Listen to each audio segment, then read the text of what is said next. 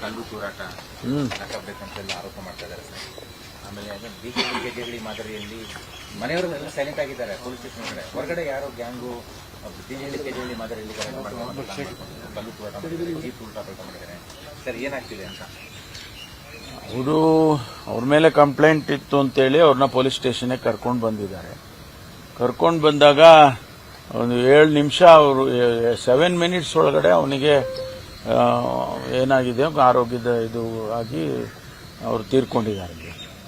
ಅದಕ್ಕೆ ಅವರು ಪೊಲೀಸ್ನವರೇ ಹೊಡೆದು ಸಾಯಿಸಿದ್ದಾರೆ ಅನ್ನೋಂಥ ರೀತಿಯಲ್ಲಿ ಪ್ರತಿಭಟನೆ ಮಾಡಿ ಪೊಲೀಸ್ ಸ್ಟೇಷನ್ ನುಗ್ಗೋದಕ್ಕೆಲ್ಲ ಪ್ರಯತ್ನ ಮಾಡಿ ಅದಕ್ಕೆ ಅವರು ಟೇರ್ ಗ್ಯಾಸ್ ಅದೆಲ್ಲ ಸಿಡಿಸಿದ್ದಾರೆ. ಅದು ಪೋಸ್ಟ್ ಮಾರ್ಟಮ್ನಲ್ಲಿ ಗೊತ್ತಾಗ್ತದೆ ಏನು ಯಾಕೆ ಸತ್ತಿದ್ದಾರೆ. ಅದೇ ನ್ಯಾಚುರಲಿ ಕಲ್ತೂರಾಟ ಮಾಡಿದಾಗ ಅಲ್ಲಿರೋರಿಗೆಲ್ಲರಿಗೂ ಕೂಡ ಗಾಯಗಳಾಗ್ತವೆ. ಅದನ್ನು ಕಂಟ್ರೋಲಿಗೆ ತಗೊಂಡಿದ್ದಾರೆ. ಅದು ಪೋಸ್ಟ್ ಮಾರ್ಟಮ್ನಲ್ಲಿ ಏನು ವರದಿ ಬರುತ್ತೆ ನೋಡಿಕೊಂಡು ಆಮೇಲೆ ಮುಂದುವರಿಬೇಕಾಗಿದೆ. ಉಡುಪಿಯಲ್ಲಿ ಕೂಡ 2 ಗುಂಪು ಮಾರಾಮಾರಿ ಮಾಡಿರ್ತಕ್ಕಂಥ ಹಲವಾರು ಹಿಡ್ಕೊಂಡು ಈ ಗುಂಪು ಘರ್ಷಣೆಗಳು, ಈ ರೌಡಿಸಮ್ಗಳು ಇವೆಲ್ಲ ಯಾರನ್ನು ಹೇಳಿ ಕೇಳಿ ಮಾಡೋದಿಲ್ಲ. ಇದ್ದಕ್ಕಿದ್ದಾಗೆ ಅವರು ಮಾಡ್ತಾರೆ. ಅಂಥ ಸಂದರ್ಭದಲ್ಲಿ ನಾವು ಅದನ್ನು ಕಂಟ್ರೋಲ್ ಮಾಡೋದಕ್ಕೆ, ಅದನ್ನು ಹತ್ತಿಕ್ಕೋದಕ್ಕೆ ಏನು ಮಾಡಬೇಕೋ ಅದೆಲ್ಲ ಮಾಡ್ತೇವೆ. ಯಾರಿಗೂ ಕೂಡ ಅವ್ರನ್ನ ಫ್ರೀಯಾಗಿ ಓಡಾಡೋಕ್ಕೆ, ಆ ರೀತಿ ಓಡಾಡಿಕೊಂಡು ಏನು ಬೇಕೋ ಮಾಡಿಕೊಂಡು ಹೋಗ್ಬೋದು ಅನ್ನೋದಕ್ಕೆ ಬಿಡೋದಿಲ್ಲ. ರೌಡಿಸಮ್ ಮಾಡೋರ್ಗಾಗ್ಲಿ, ಈಗ ಪೊಲೀಸ್ ಸ್ಟೇಷನ್ಗೆ ಬಂದು ಧಮಕಿ ಹಾಕಿದ್ರೆ ಅಂಥವರಿಗೆ ಸಾಫ್ಟ್ ಕಾರ್ನರ್ ತೋರ್ಸೋಕ್ಕಾಗುತ್ತಾ? ಪೊಲೀಸ್ ಸ್ಟೇಷನ್ಗೆ ಬಂದು ಪೊಲೀಸ್ನವ್ರು ತಲೆ ಕತ್ತರಿಸ್ತೀವಿ ಅಂತ ಹೇಳೋರಿಗೆ ಬಿಡೋಕ್ಕಾಗತ್ತೆ ಹೇಳಿ ನೀವೇ? ಅದರಿಂದ ಪೊಲೀಸು ಕ್ರಮ ತಗೊಳ್ತದೆ. ಅಂಥವ್ರ ಮೇಲೆ ಕಾನೂನಲ್ಲಿ ಏನು ಅವಕಾಶ ಇದೆಯೋ ಅದನ್ನೆಲ್ಲ ಮಾಡ್ತಾರೆ. ನನಗೂ ಅದು ಕಿವಿಗೆ ಬಿತ್ತು. ಡಿಜಿಹಳ್ಳಿ ಕೆಜಿಹಳ್ಳಿ ಮಾದರಿ ಮಾಡ್ತೀವಿ ಅಂತ ಅಂಥವ್ರಿಗೆಲ್ಲ ಕಾನೂನಲ್ಲಿ ಏನು ಕ್ರಮ ತಗೋಬೇಕೋ ಅದನ್ನ ತಗೊಳ್ತೀವಿ, ಮುಲಾಜಿಲ್ದೆ ತಗೋತೀವಿ.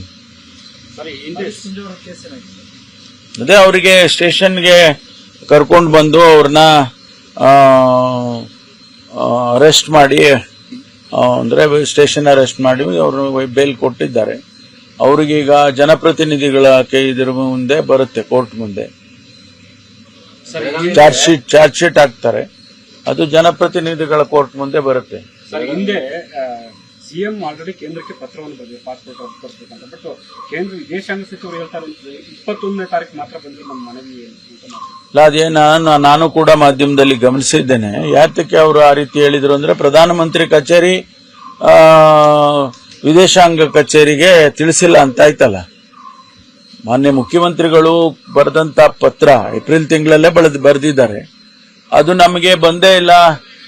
21ನೇ ತಾರೀಕು ಮೇ 21ಕ್ಕೆ ಬಂದಿದೆ ಅಂತೇಳಿ ವಿದೇಶಾಂಗ ಸಚಿವರು ಹೇಳ್ತಾರೆ ಅಂದ್ರೆ, ಪ್ರಧಾನಮಂತ್ರಿಗಳ ಪತ್ರ ಏನಾಯ್ತು? ಪ್ರಧಾನಮಂತ್ರಿಗಳ ಕಚೇರಿನಲ್ಲಿ ಅದಕ್ಕೆ ಯಾವುದು ಏನು ಬೆಲೆ ಸಿಗ್ಲಿಲ್ವಾ? ಅಥವಾ ಅವರ ಕಚೇರಿಯಿಂದ ವಿದೇಶಾಂಗ ಸಚಿವಾಲಯಕ್ಕೆ ತಿಳಿಸ್ಲಿಲ್ಲ?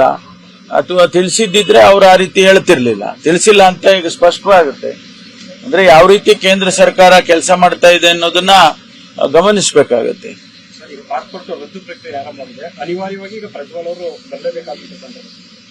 ಹೌದು, ಈಗ ಅವರಿಗೆ ಪಾಸ್ಪೋರ್ಟ್ ಅನ್ನ ಅವರು ಡಿಪ್ಲೊಮ್ಯಾಟಿಕ್ ಪಾಸ್ಪೋರ್ಟ್ ಅನ್ನ ತೆಗೆದ್ರೆ ಅವರು ಅನಿವಾರ್ಯವಾಗಿ ಬರಲೇಬೇಕಾಗ್ತದೆ. ಅವರಿಗೆ ಇಮ್ಯುನಿಟಿ ಇರೋದಿಲ್ಲ. ಅವರು ಆ ದೇಶದಿಂದ ಅವ್ರನ್ನ ಇಟ್ಕೊಳ್ಳೋಕ್ಕೂ ಆಗೋದಿಲ್ಲ ಆ ದೇಶದಲ್ಲಿ. ಅದರಿಂದ ಅವ್ರು ಬರಲೇಬೇಕಾಗುತ್ತೆ, ಬರ್ತಾರೆ. ಗಲ್ಲಿ ಕ್ರಿಕೆಟ್ ಗಲಾಟೆ 2 ಗುಂಪುಗಳ ನಡುವೆ ಘರ್ಷಣೆ ಆಯ್ತು. ಲ್ಯಾಂಡ್ ಆರ್ಡರ್ ಸುಗಮವಾಗಿದೆ ಅಂತ ಅನಿಸುತ್ತೆ. ಹೌದ್ರಿ. ಈಗ ಯಾರಪ್ಪ ಈಗ ಗಲ್ಲಿನಲ್ಲಿ ಒಂದು ಗಲಾಟೆ, ಸಣ್ಣದ ಗಲಾಟೆ ಆಗಿ ಅದು ದೊಡ್ಡ ಪ್ರಮಾಣಕ್ಕೆ ಆಗುತ್ತೆ. ಅದನ್ನ ಕಂಟ್ರೋಲ್ ಮಾಡೋದು ನಮ್ಮವ್ರ ಕೆಲಸ ಅಲ್ವಾ? ಗಲಾಟೆಗೆ ಮುಂಚೆಗೇನೆ ಅವರು ಕ್ರಿಕೆಟ್ ಆಡುವ ಗಲಾಟೆ ಆಗ್ತಾ ಇದ್ದೆ, ಗಲಾಟೆ ಮಾಡ್ಕೊಂತಾರೆ ಇವತ್ತು ಕ್ರಿಕೆಟ್ ನಲ್ಲಿ ಅಂತ ಗೊತ್ತಾಗಿದ್ರೆ ಅದು ಬೇರೆ ವಿಚಾರ. ಆ ರೀತಿ ಆಗೋದಿಲ್ವಲ್ಲ, ಅನೇಕ ಸಂದರ್ಭದಲ್ಲಿ ಆ ರೀತಿ ಆಗೋದಿಲ್ಲ. ಮಂಗಳವಾರ ಬೃಹತ್ ಪ್ರತಿಭಟನೆಯನ್ನು ಬಿಜೆಪಿ ಇಟ್ಕೊಂಡಿದ್ದಾರೆ ಸರ್. ಬೆಂಗಳೂರಲ್ಲಿ ಬ್ರ್ಯಾಂಡ್ ಬೆಂಗಳೂರು ಆಗಿಲ್ಲ, ಬ್ಯಾಡ್ ಬೆಂಗಳೂರು ಆಗಿದೆ. ರಸ್ತೆಗಳು ಯಾವಾಗ ಹೋಗ್ತೀರಾ, ತೆರಿಗೆ ದುಡ್ಡು ಹಾಳಾಗ್ತಿದೆ, ಕಂಪ್ನಿಗಳು ಬೆಂಗಳೂರು ಬಿಟ್ಟು ಹೋಗ್ತಿದ್ದಾವೆ. ಬೆಂಗಳೂರು ಬರ್ಬಾದ್ ಮಾಡ್ತಾ ಇದ್ದಾರೆ ಕಾಂಗ್ರೆಸ್. ನೋಡಿ, ಇವತ್ತು ಬೆಂಗಳೂರನ್ನ ನಾವು ಈಗಾಗಲೇ ಮಾನ್ಯ ಶಿವಕುಮಾರ್ ಅವರು ಅನೇಕ ಸಂದರ್ಭದಲ್ಲಿ ಅವರು ಹೇಳಿಕೆ ಕೊಟ್ಟಿದ್ದಾರೆ. ಬೆಂಗಳೂರು ಬ್ರ್ಯಾಂಡ್ ಬೆಂಗಳೂರು ಮಾಡಬೇಕು ಅಂತೇಳಿ ಅವರು ಒಂದು ನಿಗದಿತವಾದಂತ ಒಂದು ಕಾರ್ಯಕ್ರಮನ ಹಾಕೊಂಡಿದ್ದಾರೆ. ಮಳೆಗಾಲದಲ್ಲಿ ನಿಜ, ಮಳೆಗಾಲದಲ್ಲಿ ಗುಂಡಿ ಬೀಳುತ್ತೆ. ನಾವು ಸುಮ್ಮನೆ ಅವ್ರ ಕಾಲದಲ್ಲಿ ಆಗಿರ್ಲಿಲ್ವಾ ಅಂತಂದ್ರೆ ಅದು ಏನೋ ಹೇಳಿಕೆ ಕೊಟ್ಟಾಗ ಆಗ್ತದೆ. ಎಲ್ಲರ ಕಾಲದಲ್ಲೂ ಕೂಡ ಮಳೆಗಾಲದಲ್ಲಿ ಗುಂಡಿ ಬೀಳೋದು ಬಿದ್ದೇ ಬೀಳುತ್ತೆ, ಫ್ಲಡ್ಡಿಂಗ್ ಆಗೇ ಆಗುತ್ತೆ. ಈ ನಮ್ಮ ಡ್ರೈನೇಜ್ಗಳು ಸರಿಯಾಗಿ ಸಮರ್ಪಕವಾಗಿ ಇರೋದಿಲ್ಲ. ಅಂತ ಟೈಮ್ನಲ್ಲಿ ಸಿಲ್ಟ್ ತುಂಬಿಕೊಂಡಿರುತ್ತೆ, ಸಿಲ್ಟ್ ತೆಗಿಬೇಕು. ಅದಕ್ಕೆಲ್ಲ ಇದು ದೊಡ್ಡ ಕಾರ್ಯಕ್ರಮಗಳು ಇವೆಲ್ಲ. ಅದರಿಂದ ಬೆಂಗಳೂರನ್ನೇ ನಾವು ಬೇರೆ ರೀತಿಯಲ್ಲಿ ಇವರೇ ಮಾಡಕ್ ಹೋದ್ರೆ, ನಮ್ಮವರೇ ಬೆಂಗಳೂರನ್ನ ಅವಹೇಳನಕಾರಿಯಾಗಿ ಮಾತನಾಡಕ್ ಹೋದ್ರೆ, ಉಡ್ತಾ ಬೆಂಗಳೂರು ಅಂತ ಹೇಳೋದು, ಬ್ರ್ಯಾಂಡ್ ಬೆಂಗಳೂರು ಇಲ್ಲ, ಅದು ಗುಂಡಿ ಬೆಂಗಳೂರು ಅನ್ನೋದು, ಇದನ್ನ ಏನು ಚಿತ್ರಣ ನಾವು ಬಿಂಬಿಸ್ತಾ ಇದ್ದೀರಿ ನೀವು ಹೊರದೇಶದವರಿಗೆ ಅಥವಾ ಹೊರಗಿನ ಜನಕ್ಕೆ ಹೇಳಿ ನೋಡೋಣ. ನಮ್ಮ ಮೇಲೆ ಬ್ಲೇಮ್ ಮಾಡ್ಲಿ, ನಮ್ಮ ಸರ್ಕಾರದ ಮೇಲೆ ಬ್ಲೇಮ್ ಮಾಡ್ಲಿ, ನಾವು ಅದನ್ನ ಸಹಿಸ್ಕೊಳ್ತೀವಿ ಮತ್ತು ಸರಿ ಮಾಡ್ತೀವಿ. ಏನಾದ್ರೂ ಇದ್ರೆ ಸರಿ ಮಾಡ್ತೀವಿ.